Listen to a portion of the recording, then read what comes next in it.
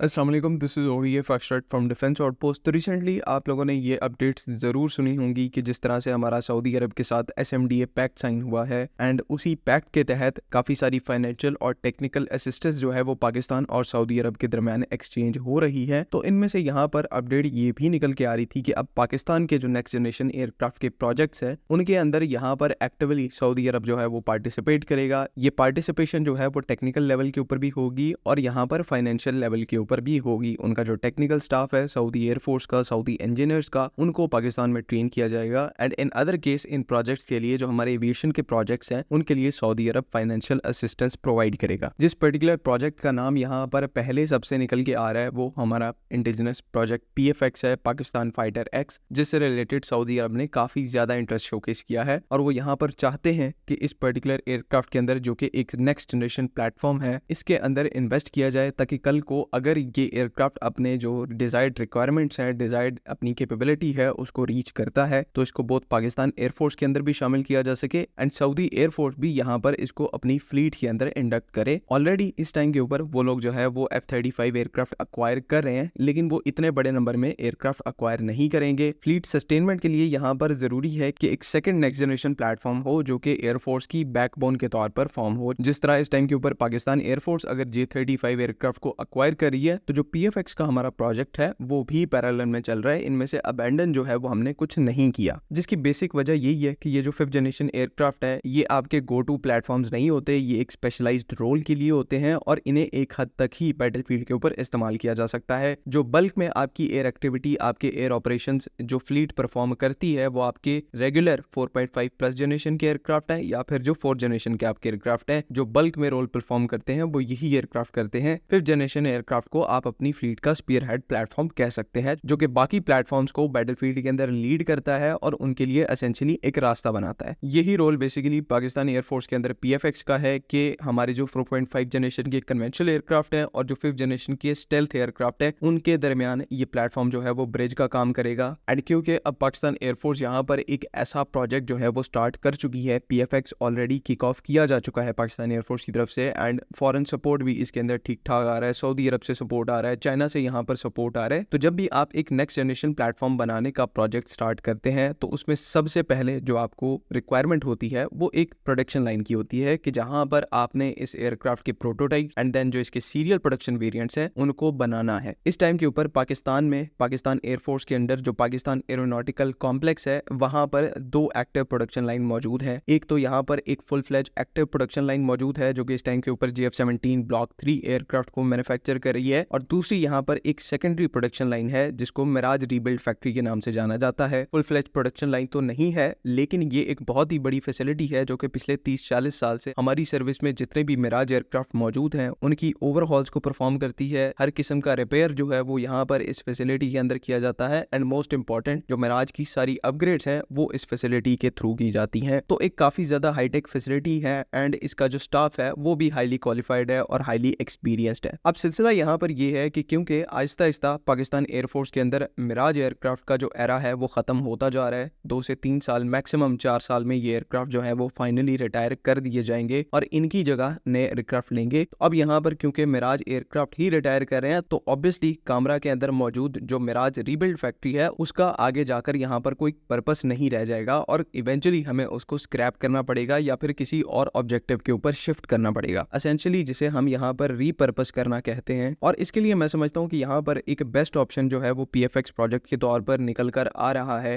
And हमारी indications के हिसाब से ये जो पूरी फैसिलिटी है इसको रीपर्पस किया जा सकता है PFX प्रोजेक्ट के लिए, क्योंकि साथ ही जो JF-17 ब्लॉक 3 की प्रोडक्शन लाइन है वो अगले 4 से 5 साल के लिए ऑलरेडी बुक्ड है बिकॉज यहाँ पर जो ऑर्डर नंबर है वो ऑलरेडी स्टैकअप हुए पड़े हैं। कुछ पाकिस्तान एयरफोर्स के एडिशनल ऑर्डर्स हैं, कुछ नए हमें जो export orders recently Dubai air show से मिले हैं, तो ये सारे ऑर्डर्स मिलकर JF-17 ब्लॉक 3 की जो प्रोडक्शन लाइन है उसको अगले 4 से 5 सालों के लिए फ्री नहीं करेंगे। And on the other hand यहाँ पर ऑलरेडी आपने मिराज एयरक्राफ्ट को रिटायर करना शुरू कर दिया है तो ये जो मिराज रीबिल्ड फैक्ट्री की सारी फैसिलिटी है ये एक आइडियल लोकेशन बनती है जहां पर आप प्रोजेक्ट PFX को एग्जीक्यूट कर सकते हैं बिकॉज यहाँ पर एक डेडिकेटेड इंजन टेस्टिंग फैसिलिटी भी मौजूद है, विंड टनल फैसिलिटी भी मौजूद है एंड साथ ही साथ यहाँ पर बाकी प्रोडक्शन लाइन के साथ साथ जो RF टेस्टिंग फैसिलिटीज होती हैं वो भी मिराज रीबिल्ड फैक्ट्री का पार्ट है। तो एक बहुत ही अच्छी फैसिलिटी है जिसको पाकिस्तान ने बहुत ही मेहनत से डिजाइन किया था, इनको बनाया था ताकि अगले 25 से 30 साल यहाँ से मिराज एयरक्राफ्ट जो है वो रिपेयर भी होते रहें, ओवरहॉल भी होते रहें और इनकी अपग्रेड्स को भी परफॉर्म किया जा सके। लेकिन अब वो एयरक्राफ्ट रिटायर हो रहा है, इसकी जगह जो है वो नेक्स्ट जनरेशन प्लेटफॉर्म्स ले रहे हैं। तो यहाँ पर सबसे बेस्ट ऑप्शन यही है कि उस रीबिल्ड फैक्ट्री को, मिराज रीबिल्ड फैक्ट्री को रीपर्पस किया जाए इनटू पीएफएक्स फैसिलिटी, जहाँ पर आप पीएफएक्स के प्रोटोटाइप्स भी तैयार करें और उनकी प्रोडक्शन लाइन भी ऑफिशियली स्टार्ट करें। हो सकता है जब यहाँ पर इस टॉपिक के ऊपर अभी हम लोग डिस्कशन कर रहे हैं ऐसा ऑलरेडी किया जा चुका हो, तो इसके बारे में हम यहाँ पर कुछ नहीं कह सकते। लेकिन ऑब्वियसली ये बात पूरे तरीके से क्लियर है कि ऐसे जो नेक्स्ट जनरेशन प्लेटफॉर्म्स हैं उनको मैन्युफैक्चर करने की कैपेबिलिटी जो है वो अभी भी पाकिस्तान के पास मौजूद है और हर दिन हर मोमेंट यहाँ पर अपग्रेडेशन ही हो रहा है। चाइना ऐसा बहुत सा हाई इंटेंसिटी इक्विपमेंट जो है वो हमें प्रोवाइड कर रहा है जो कि एयरक्राफ्ट मैन्युफैक्चरिंग में काम आता है। पहले भी वो करते रहे हैं, अब और ज्यादा कर रहे हैं। तुर्की से इस तरह की काफी ज्यादा टेक्नोलॉजीज आ रही हैं। तो जब इन दो लीडिंग एविएशन इंडस्ट्री की टेक्नोलॉजी को आप एक जगह पर कंबाइन करते हैं तो आप यहाँ पर एक्स्ट्रा ऑर्डिनरी रिजल्ट्स को अचीव कर सकते हैं और वो भी बहुत कम टाइम के अंदर। So let's hope for the best. I hope कि तमाम चीजें यहाँ पर क्लियर हैं। अगर इनसे रिलेटेड कंफ्यूजन है तो उनको कमेंट्स में जरूर मेंशन करें। बाकी अगली वीडियो तक के लिए अल्लाह हाफ़िज़। पाकिस्तान